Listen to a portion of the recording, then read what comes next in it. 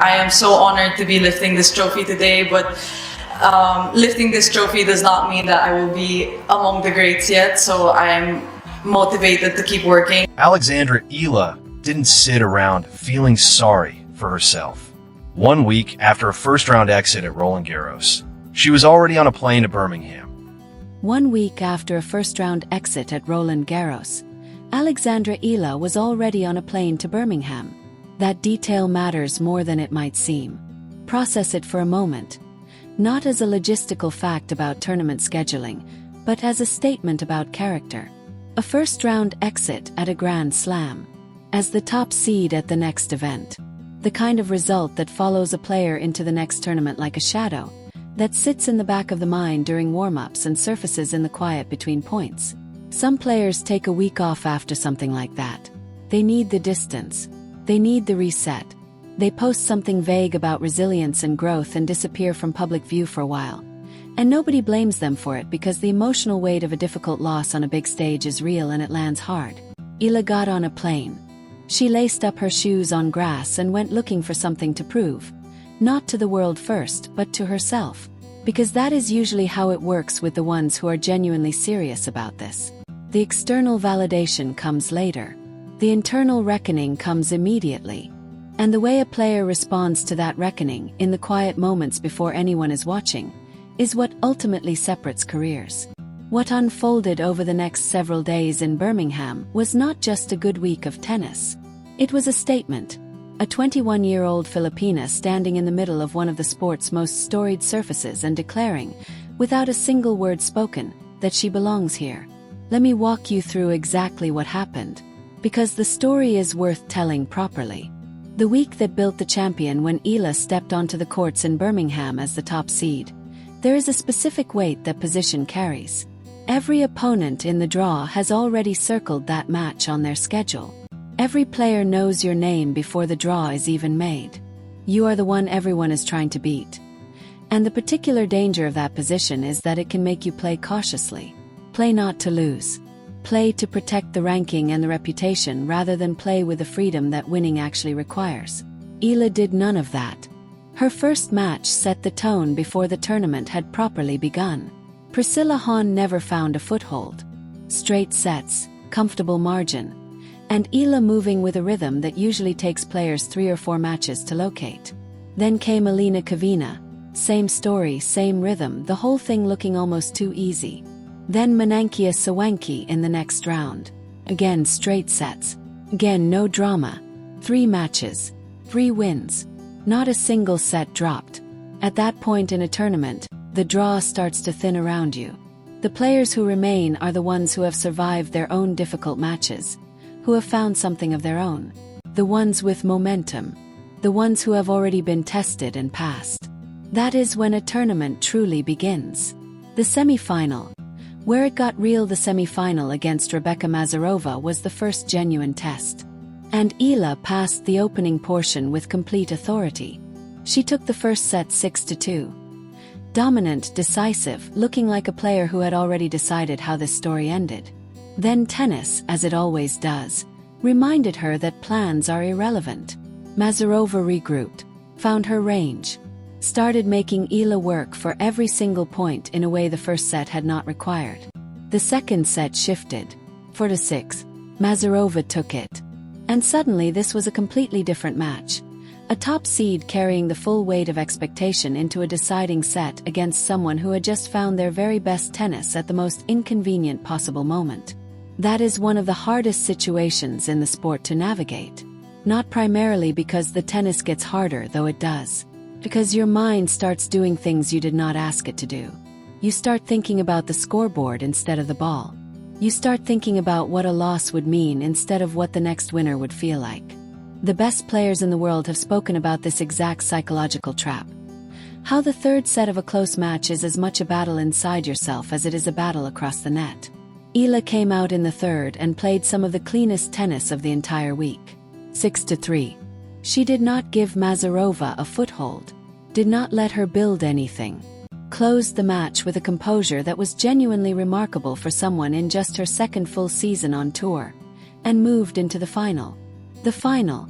The opponent with nothing to lose, Nicola Barcanova, arrived in the final with the most dangerous asset any opponent can carry. Absolutely nothing to lose. Think about that dynamic carefully. Eala, the top seed, the player the entire draw was built around, carrying every gram of expectation attached to that position into every single point. And across the net, an opponent the wider tennis world had not necessarily anticipated seeing in this final, which meant she could swing free, go for her shots, play without the accumulated weight of expectation pressing down on every decision. Nobody had given her a real chance at winning this, which meant she had been handed something extraordinarily dangerous: freedom. Barcanova used it beautifully. She took the first set 7-5. She broke Eala. She outplayed her in stretches. And suddenly Eala was standing in a final she was supposed to win, staring at a scoreboard that said she was losing. There is a version of this story where Eala tightens, where the occasion gets to her, where she starts trying to do either too much or too little. She is 21 years old. She is human. That response would have been understandable. It would have been forgivable. It would also have been the end of the story. What actually happened was something else. The second set, and the word is chosen carefully, was a statement. She took it 6-3 with an efficiency that felt almost calm, almost inevitable. You could physically feel the momentum reversing. The crowd felt it. Barcanova felt it. Anyone watching from anywhere felt it. And then the third set. Back and forth. Both players refusing to yield. Neither willing to blink first. The match stretching deep into the Birmingham afternoon. Every game contested. Every point costing something that wouldn't come back. Came down to 7-5. The same scoreline as the first set, only this time tilted the other way. When the final point landed, she dropped to her knees on the grass. 2 hours and 37 minutes. 5 sets of pressure, momentum swings, comebacks, and the particular kind of sustained mental endurance that a final demands from a player who is expected to win it. She got through all of it. Her second WTA 125 title. Her first had come at the Guadalajara Open the year before. Already meaningful, already proof that she could win when it mattered. But this one arrived with a different weight. Winning on grass, 1 week before Wimbledon, in a final that required everything she had mentally and physically, and refused to let her have it cheaply. That is not just a result. That is a message. That is a player standing up in front of the tennis world and revealing something about her character that no ranking number and no statistical breakdown could ever fully capture. The caption that said everything, she posted her celebration on Instagram with a caption that was quiet and simple, and meant more than most people probably registered immediately. I guess I do end up with that grass title after all. And a small green seedling emoji. Felt like a reference to something personal. Conversation held somewhere. A doubt that had existed, in someone else's voice, or perhaps in her own, about whether this surface was truly hers. Whether the left-handed game, the aggressive returns, the first strike patterns could translate into something real on the fastest surface in the sport. Whatever the full backstory behind those words, the line landed.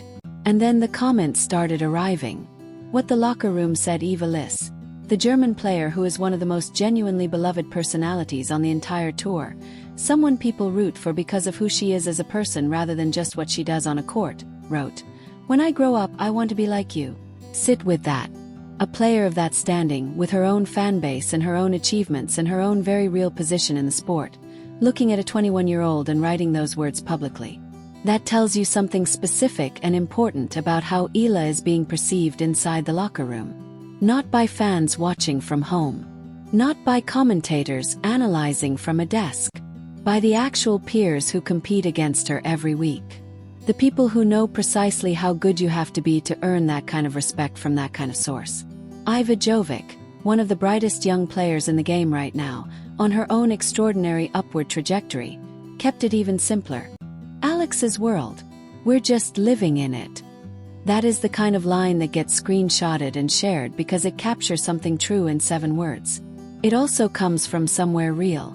Jovic does not distribute empty compliments. When she says something like that, she means every word of it. Coco Gauff dropped 3 fire emojis. If you have spent any time following Gauff's social media presence, You understand that she is selective and intentional with her reactions. 3 fire emojis from the reigning US Open champion is, in the specific language of tennis social media, an extraordinarily high-level endorsement. Bianca Andreescu, a Grand Slam champion, someone who has stood in the moments Eala is building toward and knows from the inside what they actually require, commented "bravo," stretching those extra letters in a way that communicated precisely how much she meant each one. The praise was arriving from everywhere, from peers, from champions, from players who have stood where Eala wants to stand and who are looking at her and recognizing something familiar. What she said after, the part that mattered most through all of it, she remained completely, entirely, genuinely grounded. When she spoke after the final, she did not talk about how great she was. She did not talk about ranking movements or brand implications or what the title meant for her profile. She said, "I'm so honored to be lifting this trophy today. But lifting this trophy does not mean that I will be among the greats yet. So I'm motivated to keep working, and I'm grateful for the part that this trophy has played in my journey." And then separately, "This match was incredible. I think it was anyone's game. It's one of those days where a little bit of luck and intention was what got me through." Read those words slowly. She just won a grass court title with Coco Gauff watching and a Grand Slam champion commenting in her post. And her response was to say, with complete clarity and zero performance in it, that she is not among the greats yet. This is not false modesty. It is not a carefully managed display of humility for the cameras. It is real, genuine self-awareness about where she stands and where she still wants to go. And that quality, in a sports culture where every achievement gets amplified into a declaration, where winning anything becomes evidence of having already arrived, is rare. It is genuinely, meaningfully rare. The players who peak early and fade are almost always the ones who started believing their own hype slightly too soon. Complacency is what ends careers that talent alone should have extended. And Eala, at 21 years old, is already wise enough to understand that she does not want to be that story. She is treating this trophy exactly the way it deserves to be treated, as a step, as a signal, as part of a journey that is nowhere close to finished. The destination is still ahead. The WTA 125 circuit is exactly what its name describes. It is one level below the main tour, a place where young players develop, where they learn how to win under pressure, where they build the competitive instincts and mental habits that eventually translate to the biggest stages the sport offers. Eala knows this. She said it herself. The trophy is part of the journey, not the destination. The destination is still ahead. And the destination, if you are being honest about what her ceiling looks like, is the main tour. The Grand Slams. The weeks that follow this one. Where the competition is different, the margin for error is smaller, and the moments that test you arrive faster and more relentlessly. Her next stop is the Queen's Club Championships, a WTA 500 event. A meaningful step up. A different kind of challenge, a different level of player, a different atmosphere. But if this past week proved anything at all, it proved that she does not shrink when the stage gets bigger. She does not tighten when the pressure increases.